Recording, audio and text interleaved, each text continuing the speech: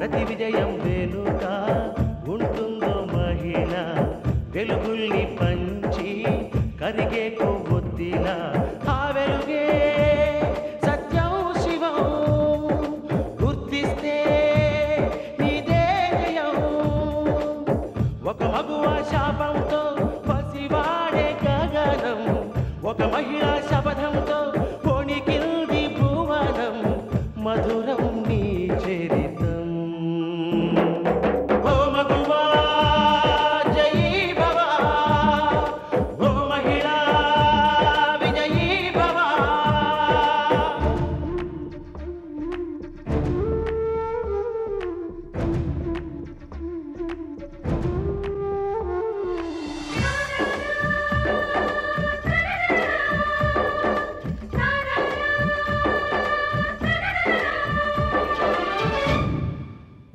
మాటతో ఒక్కనాటికి రాదు రాదు జయము చిత్తశుద్ధితో చెమట ఓడ్చితే అందదా విజయము పిడుగు రాలిన అడుగు ముందుకు వేయుటే ధైర్యము మనసు చూపిన మార్గ మొదలగా సాగని పయనము అంతులేనిది నీ సహనము సాటి లేనిది నీ త్యాగము బతుకు బాటలో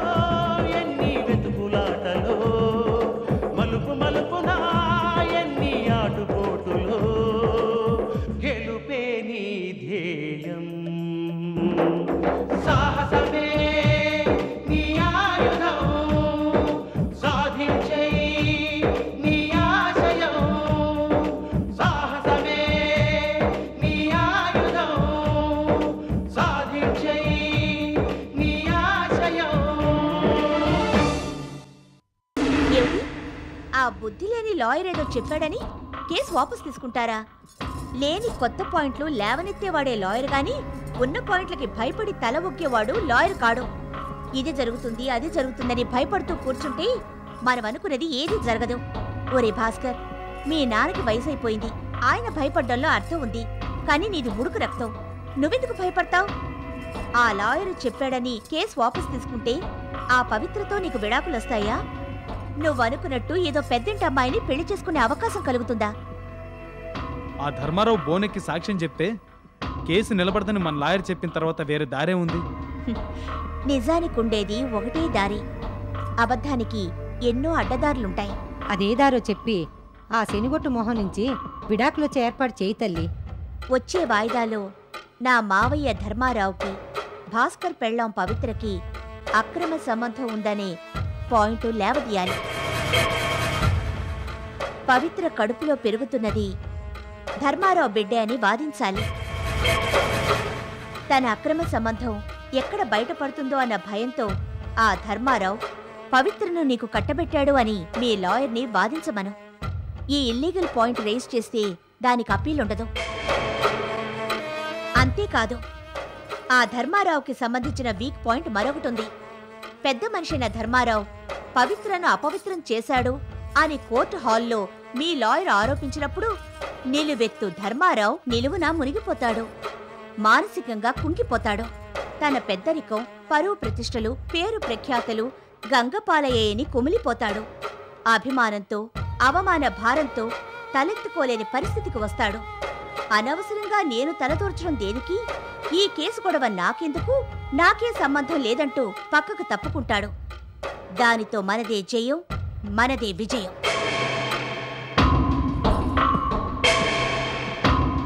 ఏం భాస్కర్, అలా బిగుసుకుపోయావు? నీ పెళ్ళాం మీద ఇలా నింద మోపుతున్నందుకు నువ్వు తట్టుకోలేకపోతున్నావా? నోనో, నువ్వు చెప్పిన పాయింట్ బాగానే ఉంది కానీ దాంట్లో చిన్న లొసుగుంది. ఏంటా లొసుగు? నీ తప్పుడు సలహా ప్రకారం నా భార్య గర్భవతి కావడానికి ఆ ధర్మారావే కారకుడంటూ పాయింట్ లేవనెత్తావే అనుకో. ఆ ఆరోపణ నిరాధారమైందని, కేవలం నా క్లయింట్ని అప్రతిష్ట పాలు చేయాలనే దురుద్దేశంతో ఈ కేసుని తప్పుదారి పట్టిస్తున్నారని, పవిత్ర కడుపులో పెరుగుతున్న బిడ్డకు కారకుడెవరో తెలుసుకోవాలంటే వైద్యపరమైన డిఎన్ఏ పరీక్షలు జరపాలని వాళ్ళు ఫిట్టింగ్ పెడితే? ఎస్, నువ్వన్నట్టు వాళ్ళు డిఎన్ఏ పరీక్షలు జరిపించమంటారు. ఆ సంగతి నాకు తెలియక కాదు. ప్రతి యాక్షన్కు రియాక్షన్ ఉంటుంది. వాళ్ళు లేవనెత్తబోయే డిఎన్ఏ పరీక్షల పాయింట్కు కౌంటర్గా మన దగ్గర మరో పాయింట్ ఉంది. డిఎన్ఏ పరీక్ష జరపాల్సింది ఎవరు? గవర్నమెంట్ డాక్టరే కదా.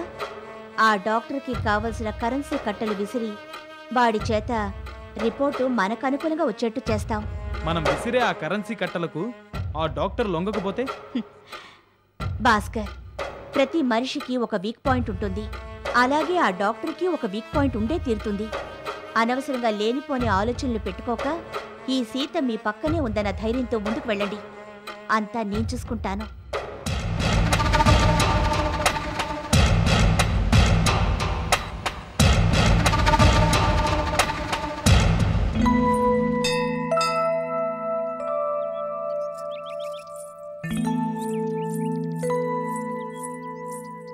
అమ్మా ఇందు, ఎదగబోయిందేగా ఖాళీ తగిలినట్టు సమయానికి దొరికావమ్మా. ఏంటమ్మా ఆలోచిస్తున్నావు? నన్ను గుర్తుపట్టలేదా? మీ కన్స్ట్రక్షన్స్ లో మీ అన్నయ్య గారి దగ్గర మేత్రిగా పనిచేస్తున్న ఎంకన బాబునమ్మా. గుర్తొచ్చింది. ఇంతకీ విషయం ఏంటి? నా కొడుకు ఆ లాయర్ అవధానం దగ్గర పనిచేస్తున్నాడమ్మా. నిన్న రాత్రి పీకల దాకా తాగి మందు మైకంలో మీ నాన్నగారి గురించి ఏదేదో వాగాడమ్మా. అవునమ్మా, ఈ రోజు కోర్టులో ధర్మారావు గారి మాన మర్యాదలు, పరువు ప్రతిష్టలు ఇంజనీర్ వల్ల గాల్లో కలిసిపోతాయని చాలా హీనంగా మాట్లాడారమ్మా. పొద్దున లేచి చూసేసరికి నాకు కనిపించకుండా మాయమైపోయాడమ్మా. ఈ విషయం మీ నాన్నగారితో చెప్తాను బయలుదేరాను. ఎంతలో నువ్వు కనిపించావు. ఈ విషయం మీ నాన్నగారితో చెప్పు, వస్తానమ్మా.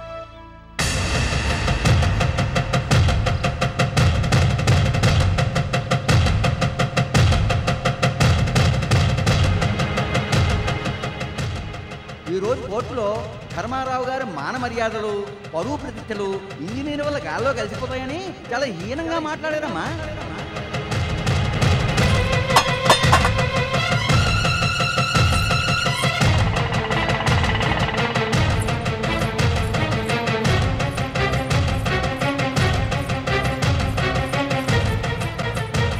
సుందరం గారు, సుందరం గారు, సుందరం గారు,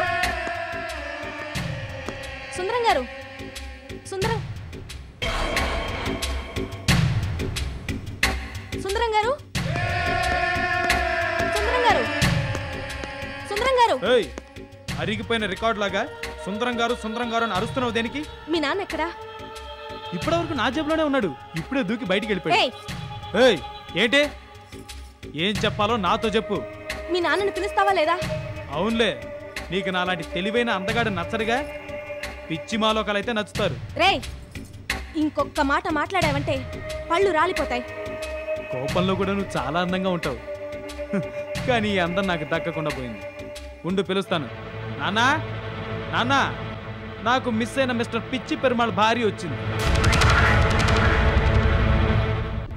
సుందరం గారు, మా నాన్న గౌరవం ఏంటి, మర్యాద ఏంటి, అన్నీ తెలిసిన మీరు చేస్తున్న పనేంటి?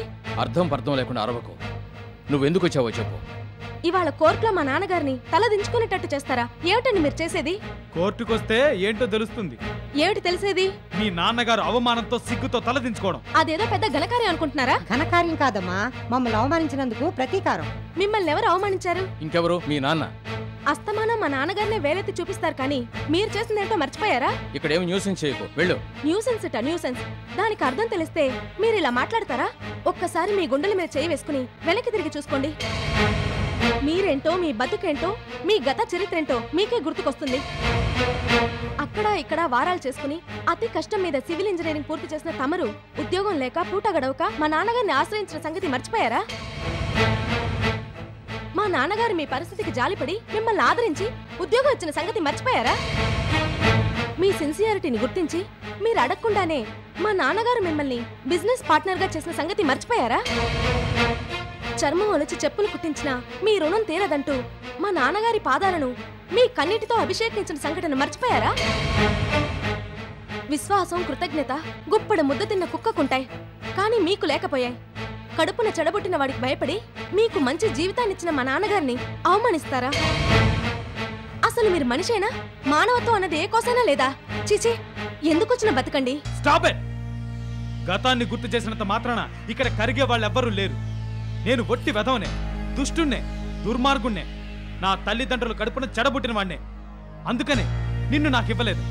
అలా ఇవ్వకపోవడంలో న్యాయం ఉంది. కన్న తండ్రిగా మీ నాన్న చేసింది కరెక్టే. కానీ నీకు బదులు ఆఫ్టర్ ఆల్ ఒక డ్రైవర్ గాడి కూతుర్ని నా స్టేటస్ కి తగని దరిద్రపు కొట్టుని నాకిచ్చి కట్టబెడతారా? పెళ్లి పీటల మీద పెళ్లి కూతుర్ని మారుస్తాడా మీ నాన్న? అది మాకు అవమానం కాదా? మానాభిమానాలు, గౌరవ మర్యాదలు, పరువు ప్రతిష్టలు మీకే గాని మాకు లేవనుకున్నావా? మీ నాన్న మాకు చేసిన అవమానం క్షమించరానిది, పగ తీర్చుకోదగింది. ఆ రోజే మీ నాన్న మీద కత్తి కట్టాం, కక్ష కట్టాం. వదలను, మీ నాన్నని ఊరికే వదలను. ఇవాళ కోర్టులో మీ నాన్నకి జరగబోయే అవమానం ఏంటో తెలుసుకోవాలనుందా? అయితే విను. మీ నాన్నకు నా భార్యకు అక్రమ సంబంధం ఉందని, నా భార్య గర్భవతి కావడానికి కారకుడు మీ నాన్నేనని కోర్టులో చెప్పబోతున్నాను. ఏం చేసుకుంటావో చేసుకో. పా!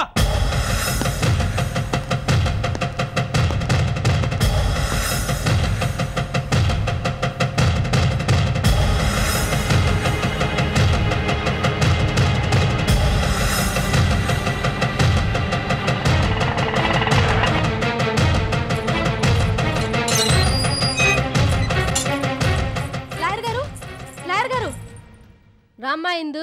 ఆంటీ, లాయర్ గారు ఎక్కడా? ఎందుకమ్మా అంత కంగారు? పవిత్రను మా నాన్నగారు పాడు చేశారంటూ ఆ ఇంజనీరు లాయరు అభియోగం మోపబోతున్నారు. ఈ సంగతి వెంటనే జయదేవ్ గారికి చెప్పాలి. మీ నాన్నగారిని తీసుకుని లాయర్ గారు కోర్టుకెళ్ళి చాలా సేపు అయిందమ్మా. ఆంటీ, లాయర్ గారు సెల్ నెంబర్ ఇస్తారా? 9848147220. ఓ ఫోన్ చేసుకుంటాను.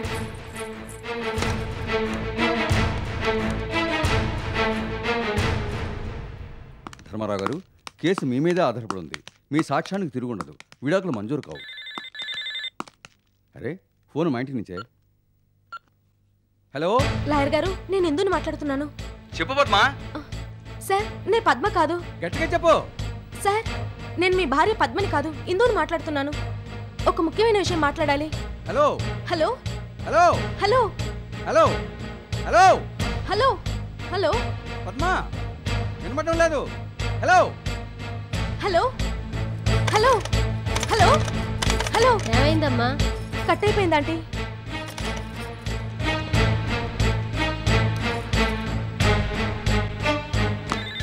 ఏమిటి మళ్ళీ ఇంటించే? హలో సార్, నేను ఇందుని మాట్లాడుతున్నాను. నాన్నగారి మీద అపవాదం వేయాలని ప్రయత్నిస్తున్నారు. ప్లీజ్ ఎలాగైనా ఆపండి. పద్మా, నువ్వు చెప్పేది ఒకటే అర్థం కావడం లేదు. Hello hello hello hello hello Padma, hello court time అయింది. హలో తర్వాత మాట్లాడు. హలో. రండి.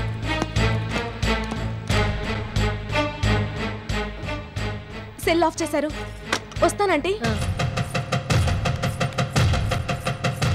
డ్రైవర్, కోర్టుకు పోనీ. పవిత్ర మా డ్రైవర్ మణికూతురైనా చిన్నప్పుడే తల్లిని పోగొట్టుకున్న కారణంగా తగిన చదువు చెప్పించి మా కంపెనీలోనే ఉద్యోగం ఇప్పించాను. భాస్కర్ వల్ల పవిత్ర మోసపోయిందని తెలుసుకున్న నేను నా కూతురు కాదని పవిత్ర భాస్కర్లకు పెళ్లి జరిపించాను. కాపురానికి వెళ్ళింది మొదలు తన భర్త అత్తమామలు పెట్టే బాధలు భరించలేక పుట్టిల్లాంటి నా ఇంటికి వచ్చి తండ్రి లాంటి నాతో తన కష్టం చెప్పుకుంది. ఎన్ని జరిగినా వాటిని మనసులో పెట్టుకోకుండా కేవలం పవిత్ర కాపురం బాగుపడాలనే సదుద్దేశంతో డబ్బుతో పాటు నగలు కొనిచ్చాను.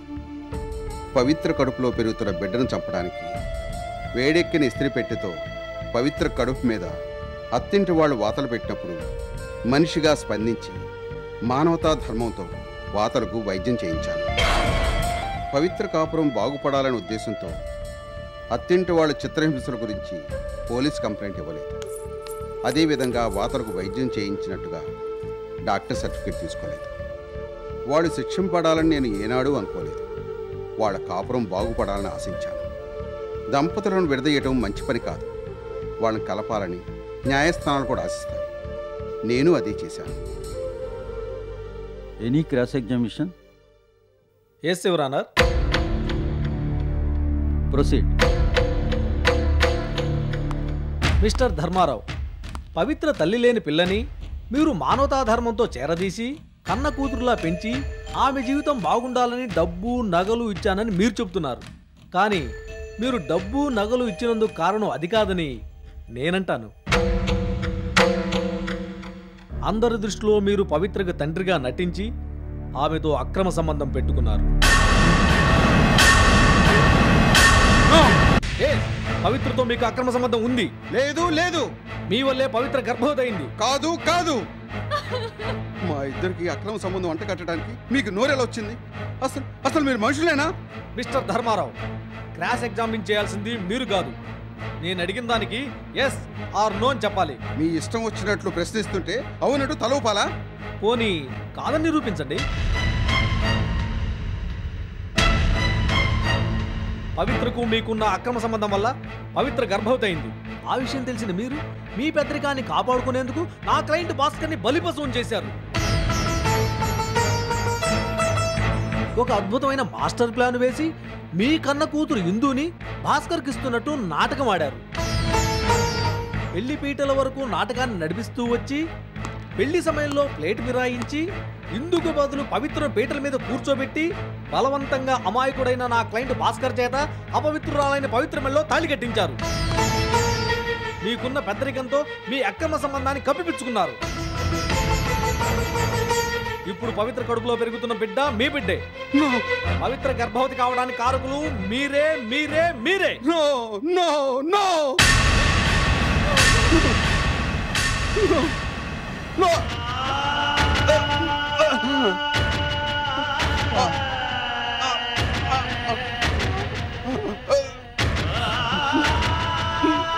నాన్నగారు,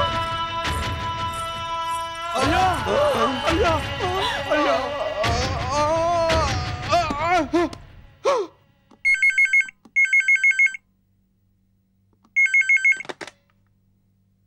హలో, నేను పవిత్ర మాట్లాడుతున్నాను. చెప్పు పవిత్ర.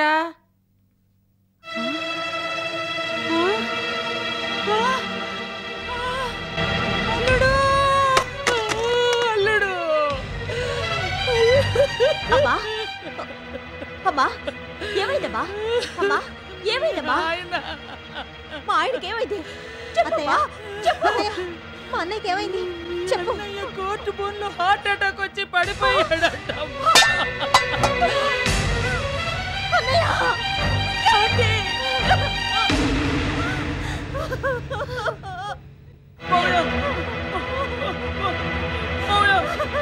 ఇండియన్ హాస్పిటల్కి తీసుకెళ్ళిందంట. ఏమైందో? అయ్యో,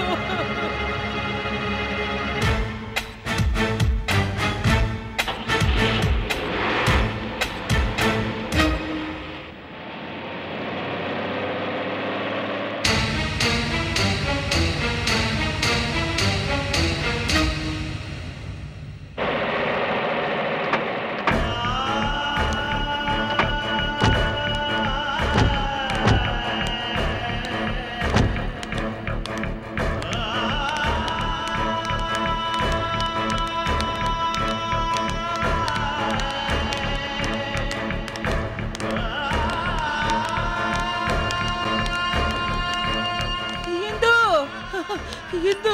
అమ్మమ్మా, అల్లుడు గారికి ఎలా ఉందమ్మా? లోపల ట్రీట్మెంట్ జరుగుతోందమ్మమ్మా. ఇందు, మా అన్నయ్య గుండె నొప్పి ఎందుకు వచ్చింది?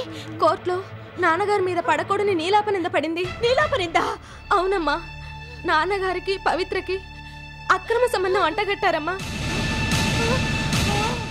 పవిత్ర గర్భవతి కావడానికి నాన్నగారే కారణమటమ్మా. అయ్యో, ఎంత దారుణం, ఎంత అన్యాయం. ముందుగానే ఈ అపనింద సంగతి నాకు తెలిసి నాన్నగారికి చెప్పాలని ఎంతో ప్రయత్నించాను, కానీ కుదరలేదు.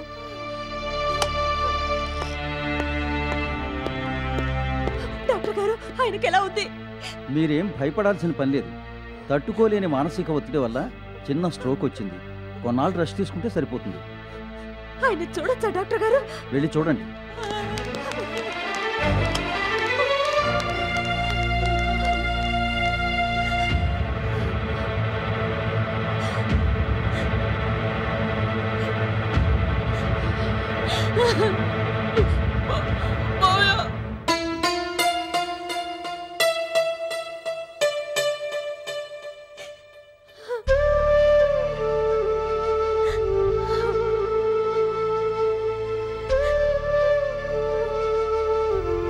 అన్నయ్య, మాకు ధైర్యం చెప్పడం కాదు, ముందు నువ్వు ధైర్యంగా ఉండు. దేన్ని మనసులో పెట్టుకోకుండా ప్రశాంతంగా ఉండు. మంచి వాళ్ళకి దేవుడు ఎప్పుడు అన్యాయం చేయడు అల్లుడు. దేవుళ్ళంటే అయ్యగారికి నా వల్లనే కదా నీలాపు నిందలు వచ్చాయి. పాపిష్టి దాన్ని. మా అల్లుడి మీద నింద వేసిన వాళ్ళు పురుగులు పట్టిపోతారు. అత్తయ్య సీత రాలేదా? ఫోన్ వచ్చిన వెంటనే ఎవరికి చెప్పకుండా హడావిడిగా వచ్చేసావు. తెలిస్తే ఈ పాటికి రాకుండా ఉంటుందా? నీ చెల్లెల్లాగే నువ్వంటే దానికి ఎంతో ప్రేమ. కానీ దాని జాతకమే నీకు సరిపడలేదు. అత్తయ్య అంతా మన తలరాత.